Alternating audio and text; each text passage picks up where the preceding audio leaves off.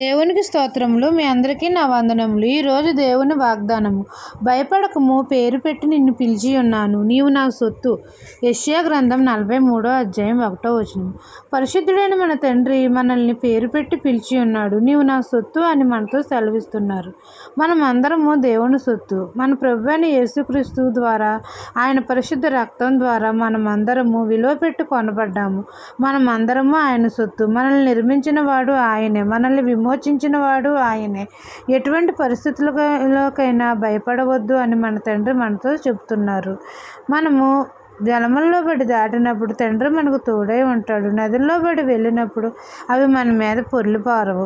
అగ్ని మధ్య నడిచినప్పుడు అగ్ని జ్వాలలు మనల్ని కాల్చవు.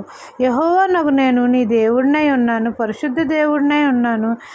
నేనే నిన్ను రక్షించువాడును అని పేరు పెట్టి నిన్ను పిలిచి ఉన్నాను అని మన దేవుడు మనతో సెలవిస్తున్నాడు. నువ్వు నా సొత్తు అని మనతో సెలవిస్తున్నారు. ఈ దిన వాగ్దానం నా జీవితంలో నెరవేరాలని కోరుకుంటూ దేవుని సువార్త పరిచర్యలో మీ సహోదరి. ఆమెన్.